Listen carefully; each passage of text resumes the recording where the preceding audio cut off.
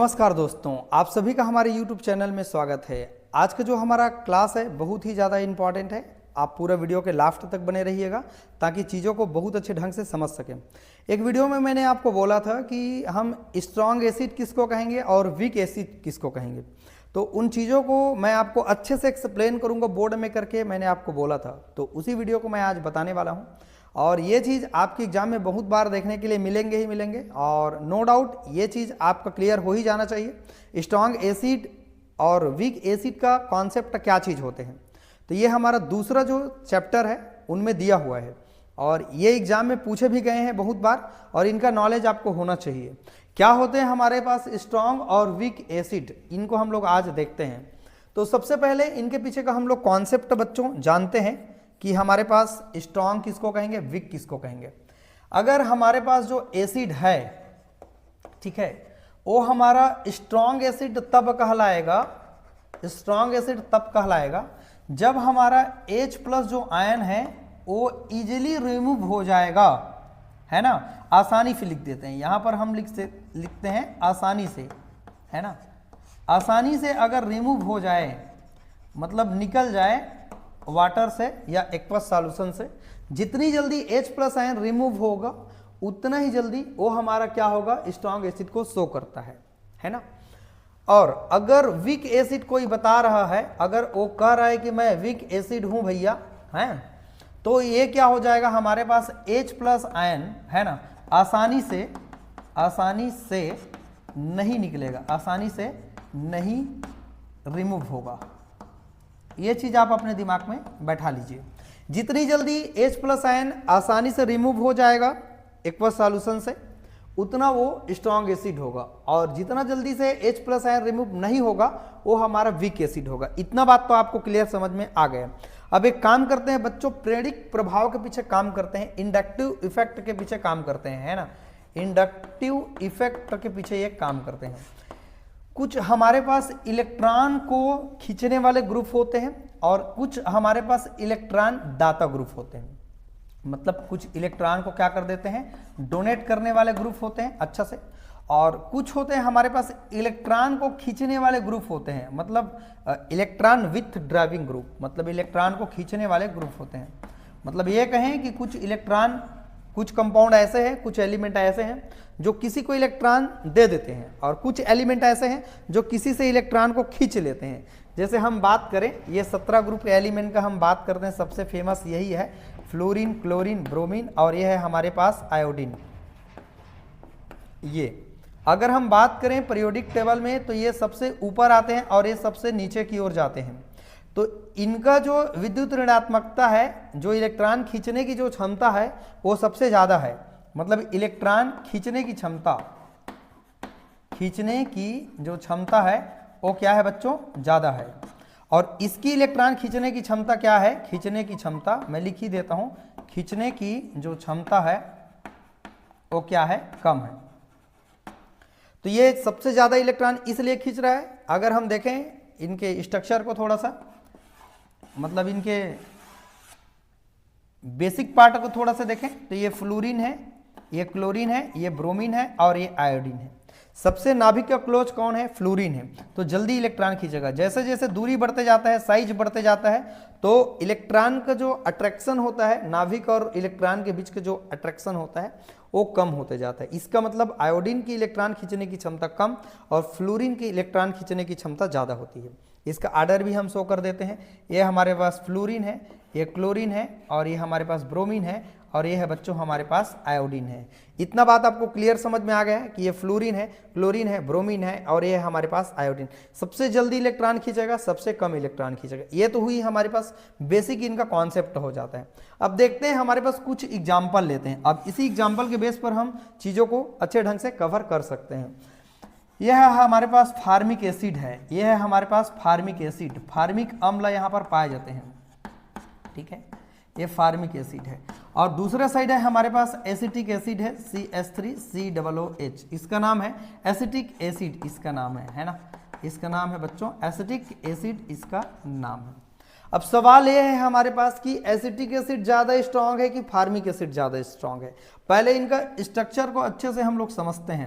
ये हमारे पास कार्बन है, ऊपर में ऑक्सीजन है, और ये पड़ोसी में हमारे पास OH है और यहाँ पर H है। यहाँ पर हमारे पास CH3 है और यहाँ पर कार्बन है, क्लियर, और यहाँ पर ऑक्सीजन है और यहाँ पर O है और यहाँ पर H है। ये इसका स्ट्रक्चर है ना।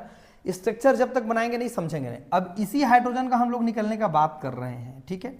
आप सभी जानते हैं कि ये नेगेटिव वाला होता है और ये पॉजिटिव वाला होता है, और डेल्टा लगा के हम शो कर रहे हैं कि ये पार्सली रूप से, आंशिक रूप से ये प्लस है और ये माइनस है। ये माइनस वाला इसलिए है क्योंकि 17-18 ग्रुप एलिमेंट आवर्त सारणी में जैसे हम लोग 14 से 15, 16, 17, 18 की ओर बढ़ेंगे तो वहाँ पर जो उनका इलेक्ट्रॉन जो डेंसिटी होगा वो क्या होते जाएगा, इलेक्ट्रोनेगेटिविटी बढ़ते जाएगा। ऊपर से नीचे आते हैं तो घटते जाता है। तो लेफ्ट से राइट जब जाएंगे तो उनके इलेक्ट्रॉन की जो डेंसिटी होगी, घनत्व होगी, है ना, विद्युत ऋणात्मकता होगी, और लेफ्ट से राइट की ओर जाएंगे तो बढ़ेगा। इसका मतलब यह हुआ कि ऑक्सीजन की विद्युत ऋणात्मकता ज़्यादा होगी हाइड्रोजन से। तो ये दोनों प्लस और माइनस के कारण, ये प्लस ये माइनस के कारण अट्रैक्शन में है, और यहाँ पर ये बॉन्ड बनाया हुआ है, राइट ना। लेकिन जैसे ही हम लोग क्या काम कर रहे हैं, ये इलेक्ट्रॉन देने वाला ग्रुप है, हाइड्रोजन दे रहा है, थोड़ा बहुत दे रहा है तो इधर गया, थोड़ा सा इलेक्ट्रॉन का घनत्व बढ़ गया बच्चों, राइट, लेकिन उतना ज़्यादा नहीं बढ़ा। तो हाइड्रोजन यहाँ से आसानी से हमारे पास क्या हो जाएगा, निकल जाएगा। यहाँ पर एक चांसेस है। अब यहाँ हम लोग देखते हैं, ये हमारे पास मेथिल ग्रुप है, इन्होंने इलेक्ट्रॉन साइड में दिया, एक कार्बन से होते हुए ऑक्सीजन खींच रहा है, तो इस ऑक्सीजन पर माइनस होता है और ये हाइड्रोजन पर क्या होता है, हमारे पास प्लस चार्ज होता है। एक को समझने में टाइम लगेगा, बाकी सब चीज आपसे बिल्कुल क्रम से आपका समझ में आ जाएगा। ये इलेक्ट्रॉन ऑक्सीजन की ओर आ गया, ऑक्सीजन पर इलेक्ट्रॉन का घनत्व और ज्यादा बढ़ गया। मैं ये तीर के निशान से थोड़ा बताने की कोशिश कर रहा हूं, ये कम इलेक्ट्रॉन घनत्व है, यहाँ ज्यादा है। जैसे ही ऑक्सीजन पर डेंसिटी बढ़ा, यहाँ पर इलेक्ट्रॉन का डेंसिटी बढ़ा, तो हाइड्रोजन को और नहीं छोड़ेगा। उसी इलेक्ट्रॉन का घनत्व बढ़ा है, इसी कारण तो हाइड्रोजन को पकड़ के रखा हुआ है, जिसके कारण क्या होगा कि ऑक्सीजन और हाइड्रोजन के बीच में जो बॉन्ड होगा वो थोड़ा अच्छा बन जाएगा, राइट ना। और ये हाइड्रोजन को आसानी से ये नहीं छोड़ेगा, है ना, नहीं छोड़ेगा। लिख देता हूं मैं, नहीं छोड़ेगा, आसानी से लिख देता हूं आपके समझने के लिए, है ना। तो ये आसानी से नहीं निकलेगा, और मैं यही बात आपको शुरू में समझा दिया।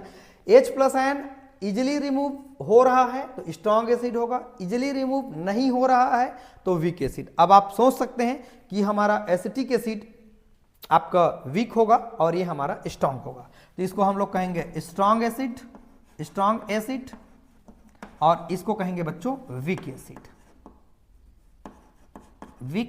कहेंगे। इतना बात आपको समझ में आ गया होगा कैसे स्ट्रॉन्ग और वीक का काम करते हैं।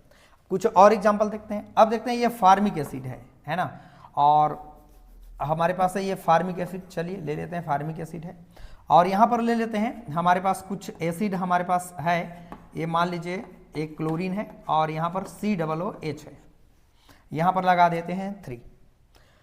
ये देखिए यहाँ पर है हमारे पास 1 2 3, है ना, 3 कार्बन का चयन दिखाई दे रहा है, और ये फंक्शनल ग्रुप है, COOH है। 2 क्लोरो एसिटिक एसिड है ये, है ना, आप देख पा रहे हैं 2 क्लोरो, यहाँ पर एसिड के यहाँ पर फॉर्म है। तो ये वाला हमारा स्ट्रांग होगा कि ये वाला हमारा स्ट्रांग होगा। मान लीजिए आपने कोई एग्जांपल आपने ले लिया, यहाँ 3 कार्बन है तो प्रोपेनोइक एसिड हो जाएगा, 2 क्लोरो प्रोपेनोइक एसिड हो जाएगा। अब ये फार्मिक एसिड, अभी तक फार्मिक एसिड स्ट्रांग था, लेकिन जब इनके साथ जब कंपेयर करेंगे तो ये हमारा स्ट्रांग हो जाएगा। वो डिपेंड करता है कि इलेक्ट्रॉन कौन दे रहा है और कौन ले रहा है। तो चलिए इनका स्ट्रक्चर हम पहले की तरह फिर बनाते हैं। ये कार्बन है, बॉन्ड बनाया हुआ है, यहाँ पर Fa, यहाँ पर भी हम इनको शो कर सकते हैं। चलिए डायरेक्ट हम इनको शो कर देते हैं इस तरीके से, ठीक है। ऊपर का हमने ऑक्सीजन को, साइड के ऑक्सीजन को ऊपर में लेके चल गए, यस ना, यहाँ बॉन्ड है। देखते हैं ये इलेक्ट्रॉन देने वाला है, कहीं ना कहीं यहाँ इलेक्ट्रॉन का घनत्व दे रहा है तो थोड़ा बहुत बढ़ेगा, लेकिन ये क्लोरीन इलेक्ट्रॉन को क्या कर रहा है बच्चों, खींच रहा है। क्या कर रहा है, खींच रहा है अपने साइड। तो ये इलेक्ट्रॉन को खींचेगा तो इधर यहाँ ऑक्सीजन का घनत्व क्या हो जाएगा, कम हो जाएगा। अब जब इस ऑक्सीजन पर इलेक्ट्रॉन का घनत्व कम हो जाएगा बच्चों, तो हाइड्रोजन को आसानी से क्या कर देगा, छोड़ देगा। तो ये हो जाएगा हमारे पास स्ट्रांग हो जाएगा अब, और ये हो जाएगा हमारे पास वीक हो जाएगा। क्लियर बात आपको समझ में आ गई। ये हमारे पास 2 क्लोरो प्रोपेनोइक एसिड होगा। अब देखते हैं 2 2 डाइक्लोरो प्रोपेनोइक एसिड जो होगा, प्रोपेनोइक एसिड होगा वो स्ट्रांग होता है कि नहीं होता है। अब ये तो समझ में आ गया। अब इसके बीच में कंपैरिजन किए, ये स्ट्रांग ये वीक, इसके बीच में कंपैरिजन किए तो ये स्ट्रांग ये वीक हो गया। और कुछ समझते हैं। मान लीजिए मेरे पास है, यहाँ पर है CH3 है और यहाँ पर एक क्लोरीन है और एक और क्लोरीन है, राइट ना, और यहाँ पर है हमारे पास COOH है, इस तरीके से COOH है। क्लियर हो, समझ में आ रहा है आपको। तो यहाँ पर क्लोरीन, अब ये देखो दो बार यहाँ पर इलेक्ट्रॉन खींचने वाला जब मेंबर लगा हो, ग्रुप लगा हो, तो दोनों के दोनों इलेक्ट्रॉन को खींच रहे हैं और दोनों इधर से खींचेगा तो इस ऑक्सीजन पर इलेक्ट्रॉन का घनत्व एकदम से और कम हो जाएगा। जब एकदम कम हो जाएगा तो बेचारा हाइड्रोजन को छोड़ देगा और ये जल्दी छोड़ देगा इनके तुलना में। तो कहीं ना कहीं ये हमारा क्या होगा बच्चों, स्ट्रांग होगा और ये हमारा वीक होगा, ये दोनों के कंपैरिजन में। यही चीज़ें हम सेम लगा सकते हैं। हमारे पास है यहाँ पर CH2 है और यहाँ पर CH3 है और COOH है और यहाँ पर क्लोरीन है और यहाँ पर हम लगा देते हैं CH है, यहाँ पर 2 क्लोरीन है और यहाँ पर COOH है। एक एग्जाम्पल और ले लेते हैं, एक कार्बन है और यहाँ Cl है, Cl है, Cl है और यहाँ पर है COOH है। अब ये तीनों के तीनों को आप बढ़िया ध्यान से समझिए। ये एसिटिक एसिड है, क्लियर हो। ये हमारा ये 1 नंबर मान लो, इसको फंक्शनल ग्रुप है 1 2, तो इसका नाम क्या हो जाएगा 2 chloro acetic acid, 2 dichloro acetic acid है ना। और ये हो जाएगा हमारे पास क्या हो जाएगा बताइए जरा, इसका नाम हो जाएगा 2 3 बार बोलना पड़ेगा, ट्राइक्लोरो एसिटिक एसिड हो जाएगा। अब बताओ तीनों में, ये तीनों में सबसे ज्यादा स्ट्रांग कौन होगा, आप कमेंट करके बताएंगे। देखो यहाँ 3 खींचने वाला ग्रुप है, यहाँ 2, यहाँ 1 खींचने वाला ग्रुप है, राइट ना। तो इस तीनों में अगर देखें तो ये सबसे ज्यादा खींचने वाला ग्रुप लगा है तो ये स्ट्रांग होगा, ये उससे वीक होगा और ये और वीक होगा और वो वाला सबसे और वीक होगा। यही हमारे पास स्ट्रांग और वीक का कॉन्सेप्ट है। कुछ रिंग के बारे में अगर हम देखें तो यहाँ पर मान लीजिए मेरे पास रिंग है, बेंजीन का रिंग है इस तरीके से, है ना, ये COOH है और यहाँ पर मेरे पास लगे हुए हैं क्लोरीन और यहाँ पर है मेरे पास COOH है और यहाँ पर CH3 है। दोनों में कौन स्ट्रांग होगा आप मुझे कमेंट करके बताइए। ये देने वाला ग्रुप है ये मेथिल और इलेक्ट्रॉन ये खींचने वाला ग्रुप है, तो खींचने वाला होगा तो कहीं ना कहीं ये स्ट्रांग होगा और ये हमारा क्या होगा, वीक होगा। एक मैं और आपको एग्जांपल दे रहा हूँ, इसको आप मुझे कमेंट करके जरूर बताएंगे। अगर आप पढ़ते होंगे हमारे चैनल के साथ तो ही बता पाएंगे, पढ़ ही नहीं रहे हैं तो कैसे समझेंगे आप बताइए। ये बेंजीन का रिंग है, ये COOH है और यहाँ पर लगा हुआ है क्लोरीन। दोनों में स्ट्रांग कौन होगा, देखो अब एक डिस्टेंस को देखेंगे, जल्दी कौन खींचेगा, ये वाला कि ये वाला, है ना। तो ये डिस्टेंस के बेस पर हमारा स्ट्रांग और वीक होगा, ठीक है। तो ये जल्दी खींचेगा तो ये स्ट्रांग होना चाहिए और ये क्या होना चाहिए, वीक। क्या ये सही है कि गलत है, आप मुझे कमेंट करके बताएंगे। तो आई होप मैंने आपको पूरा समझाने का कोशिश किया कि स्ट्रांग और वीक एसिड का कॉन्सेप्ट क्या होता है। मैंने आपको बोला था कि सर जब मैं आपको पढ़ाऊंगा बोर्ड में तो बहुत अच्छे से मैंने स्ट्रांग और वीक एसिड को मैं समझा दूंगा करके मैं आपको बोला था। तो ये चीज़ आपका पूरा क्लियर हो गया, आप चाहे तो स्क्रीनशॉट ले सकते हैं, राइट। तो चलिए डियर स्टूडेंट, आज के वीडियो में हमने बहुत अच्छे ढंग से देखा। ये हमारा लेक्चर आप देखेंगे, ये दूसरा यूनिट का होगा, है ना, नहीं पहला यूनिट का दूसरा चैप्टर होगा, ठीक है। तो इनको आप अच्छे से नोट डाउन कर लीजिएगा और ये हर जगह काम आते हैं, एक जगह नहीं हर जगह। थोड़ा बहुत नामकरण में अगर बोलते बोलते मिस्टेक हो जाता है तो उनको आप ध्यान में रखिएगा, हो जाता है टीचर से बोलते बोलते, कोई दिक्कत नहीं। मैं खुद कभी कभी वीडियो मेरा देखता हूँ तो लगता है कि एक काटो कहीं कहीं मैं ही बोलते बोलते कहीं कहीं कुछ छोटा छोटा जो चीज़ें हैं उनको मुंह से अलग निकल जाते हैं, माइंड में कुछ अलग रहता है लेकिन कुछ दूसरा हो जाता है। तो ये चीज़ होते हैं, आपके भी लाइफ में होते हैं, करना कुछ दूसरा चाहते हैं लेकिन हो जाता है कुछ दूसरा, राइट ना। तो ये छोटी छोटी चीज़ है, आप उनको देख लीजिएगा। अगर कहीं छोटा मोटा अगर मिस्टेक हो तो ऐसा तो मिस्टेक होने के चांसेस तो नहीं रहती हैं, कॉन्सेप्ट आपको मिलेगा क्लियर, ठीक है। तो इस तरह की चीज़ों को आपको थोड़ा से अच्छे से माइंड करके पढ़ना है और कवर करना है। इस तरह के वीडियो को आप देखते रहिए बच्चों। ये पूरे महीने में आपका पूरा केमिस्ट्री के जो सिलेबस है सेकंड सेमेस्टर का, है ना, BSc सेकंड सेमेस्टर का पूरा कवर हो जाएगा, ठीक है। इसके बाद जो अगला सब्जेक्ट होगा वो क्या होगा हम आपको बताएंगे। चलिए फ्रेंड, चैनल में नया फ्रेंड, अगर चैनल अच्छा लगे तो लाइक कमेंट आप जरूर कर दीजिएगा। चैनल में नया आए हैं तो चैनल को जाके सब्सक्राइब कर लेंगे, ताकि इस तरह से जो भी इंपॉर्टेंट वीडियो रहेगा वो आप सभी को हमेशा मिलता रहेगा, राइट ना। चलिए फ्रेंड, वीडियो को वॉच करने के लिए थैंक यू।